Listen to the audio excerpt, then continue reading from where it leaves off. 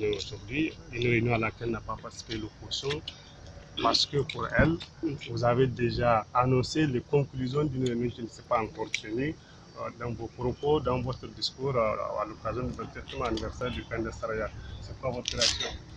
Ma réaction, c'est de dire que nous avions mis en place un comité composé de représentants des partis de la majorité de l'opposition et de non-affiliés qui avaient travaillé, qui étaient sur le point de soumettre son travail quand l'opposition s'en était retirée.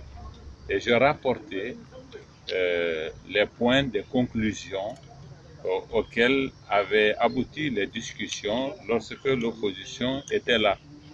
Et j'ai dit que sur les questions les plus importantes, à savoir celle relative à l'article 12, lui-même relatif à la composition de la CENI, et à l'article 80, nous étions très proches d'un accord dans le cadre des discussions du comité.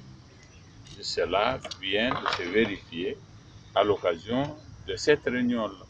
En effet, et sur l'article 12 et sur l'article 80, nous sommes arrivés à un consensus qui fait une synthèse des positions dégagées par les différentes parties pendant les discussions du comité. Sur l'article 12, nous sommes arrivés à une excellente conclusion convenue par nous et par les partis non affiliés, simplement parce qu'elle est une synthèse des positions des trois groupes pendant les discussions du comité ad hoc. Sur l'article 80, nous avons maintenu l'ancienne écriture de l'article 80 ainsi que de l'article 81. Il n'y a pas de changement. Voilà la conclusion à laquelle nous venons d'aboutir, que je n'avais pas annoncé lors de mon discours, dans lequel je disais que sur cette question, nous sommes très ouverts.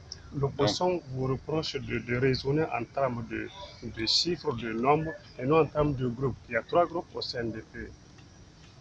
Oui. Vous devez toujours vous imposer en majorité. Non, je vous dis non, mais nous, notre code électoral, nous l'avons adopté depuis 2017.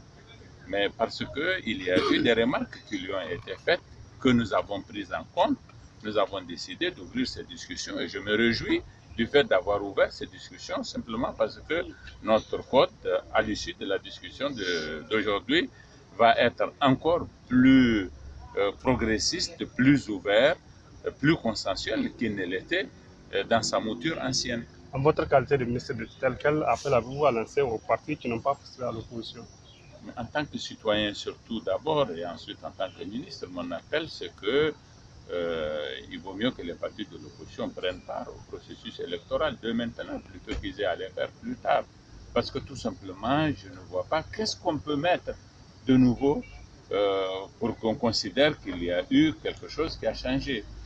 Je vous assure que l'article 12, tel qu'il est libellé, à partir des décisions que nous venons de retenir, dont nous venons de convenir, il est très progressiste. L'article 80 et 81, nous n'y avons même pas touché en vérité. Donc, voilà.